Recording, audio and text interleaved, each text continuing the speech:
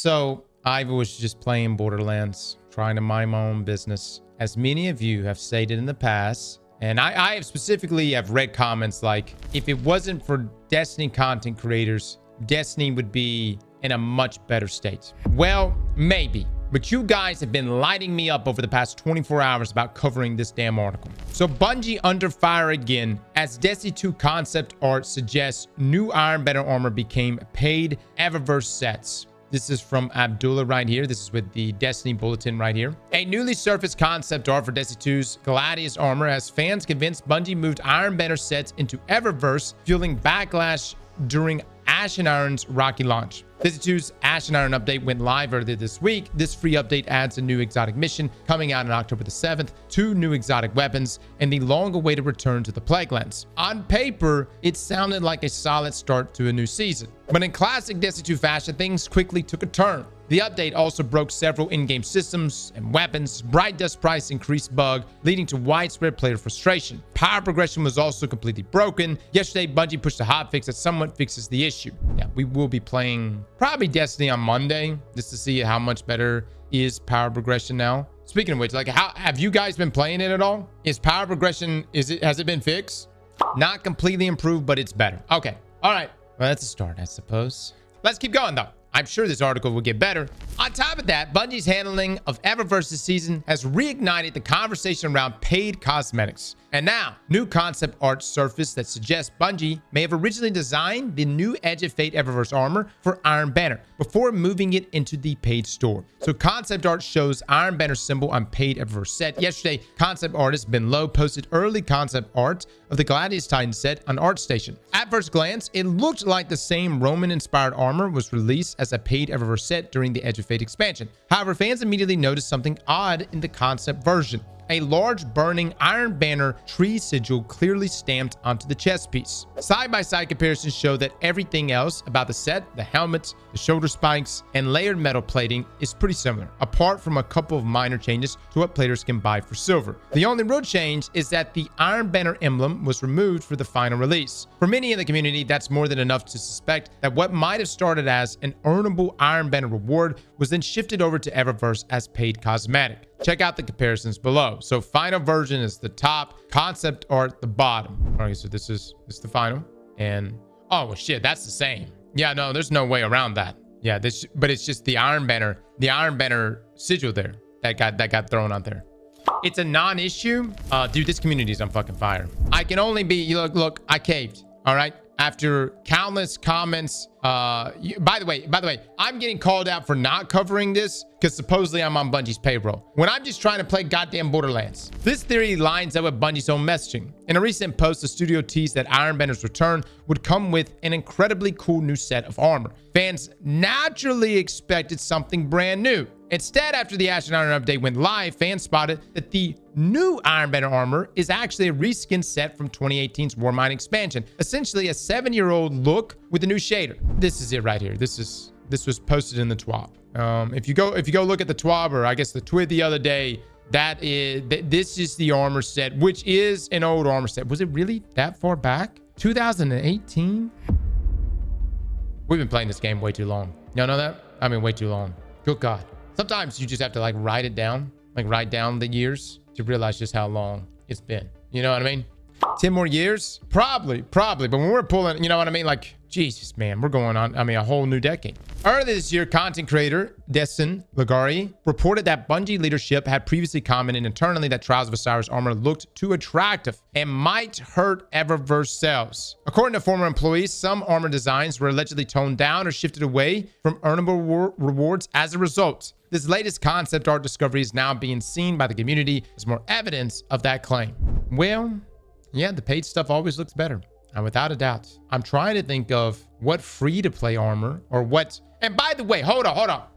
This is where I need to stop all of us. Because you see the word that just came out of my mouth? Free armor. Ain't none of this shit free. We pay for the expansion. Iron Banner may be free to access, but you paid for it. You paid for Edge of Fates. You paid for Renegades. You know what I'm coming from? You see where, like, you can almost, like, talk yourself out of this argument in a way, because you're like, but wait, logically speaking, if the content is free, they have to make money, and so this should be paid armor, and we're getting free armor because it's free content. No, it's not free.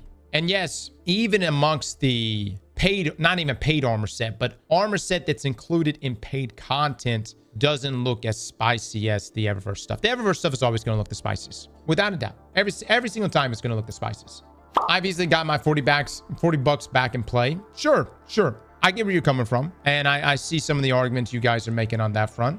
But this is what the problem is right now. This is an armor set that seemed to be teased as an earnable armor set. But now it's a switcheroo of it's only earnable with your wallet. You see where I'm coming from? Now, maybe it's going to be Bright Dust. Do we know is there a confirmation if it's going to be earnable via Bright Dust? I would hope so. Now, the reaction on Reddit has been harsh. One player wrote, trying to milk every last cent out of the armor when they could just make the game enjoyable and rewarding. Maybe if they had done that, people might actually play. Other focus on leadership, with one fan saying, I don't think I've ever seen so many back-to-back fumbles made by a studio within such a short span of time. It's fair to say that the Ash and Iron update has piled problem after problem onto Bungie's plate, from bugs and system failures to backlash over paid cosmetics and recycled gear. This isn't the fresh start players were hoping for. This whole concept art thing that hints at Iron Banner armor being moved to Eververse only makes matters worse. As of right now, Bungie hasn't commented on this. We will update the story if the studio releases a statement.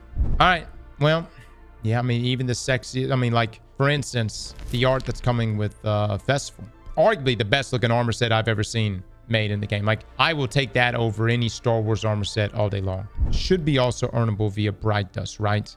So I don't have like as big of a problem with things when they're earned via Bright Dust, and I don't know why, but you know, I don't know what changes been made here recently. I just feel like I've been pretty healthy in terms of Bright Dust, but I get where people are coming from. They would rather be able to earn the armor sets in the game itself rather than a currency, whether that be Bright Dust or even outright paying money for silver.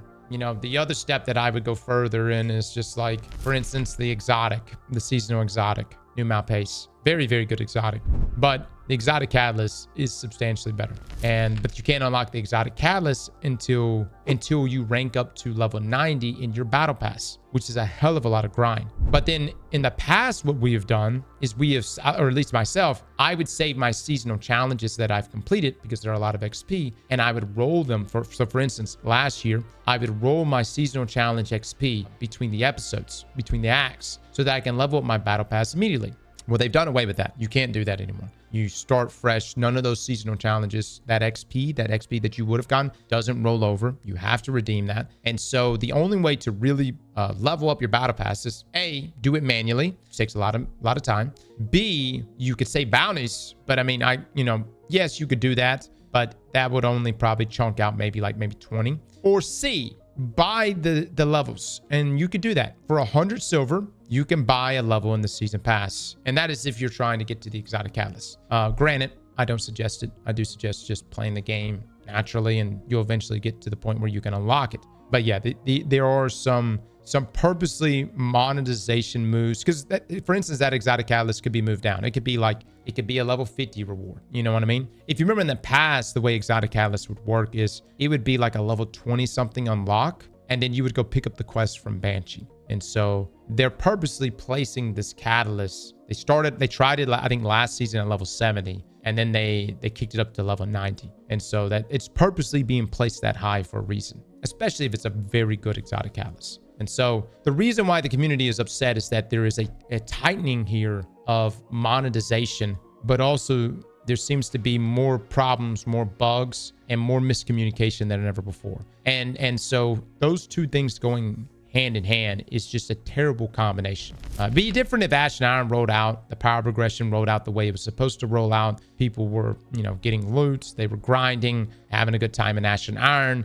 But what have you seen over the past week? You've seen comparisons between, I literally saw a comparison video on Twitter yesterday, which was comparing the Plaguelands now to Plaguelands damn near a decade ago. And it's very obvious to tell, even though one was 30 FPS and one's currently 60, the 30 FPS Plaguelands looked better than the current Plaguelands we have. The reclaim activity, like I've had a pretty decent time with it, but the leveling though has just been miserable. Granted, I'm being told this got fixed in an update on Friday. We'll be testing out that update. But you understand, so you have this huge wave of discontent from players in regards to leveling, in regards to certain things just being outright bugs, patch notes like not even actually being implemented despite it being in the patch notes. Then we have to keep in mind there's supposed to be a wave of patch notes that are going to be reverted, right? There's supposed to be things that are going to get reverted based on what Bungie has said or what they said in the Renegade reveal. The problem is like there's this kind of almost like this level of distrust here between the community and Bungie, because it seems like what's being said in a TWAB is either not being communicated directly, or how can I put this? I wouldn't say lied to us. There's a miscommunication happening here. I feel like the community feels a bit gaslit right now, and I don't really use that term. It's almost like Bungie comes out and says, we're going to do this. And the community goes, okay. And then the change goes through and it's nothing like Bungie said it was going to be. And we're like, Bungie, what happened? And then Bungie's like, something happened. What happened? Well, Bungie, you said you were going to do this. When? Are you sure? When and how did we say that? You see where I'm coming from? And that's really the big problem right now. And like, I even am like, I'm like, man, am I just like misinterpreting like what Bungie is saying in these TWABs and patch notes? Am I just like, am I just not understanding what they're trying to say? I'm reading the words. Again, we'll test the leveling system and see what's going to happen. As far as this Ironbender set, and as far as like putting the better looking pieces of armor in Eververse, yeah, that is unfortunately how things have been working, and I don't see much changing on that front, guys. There's some good, sets of armor, like the Bushido set of armor, but this is when we have a system where we play Destiny, where we pay for content, and when you pay for content, you also have a store on top of the paid content.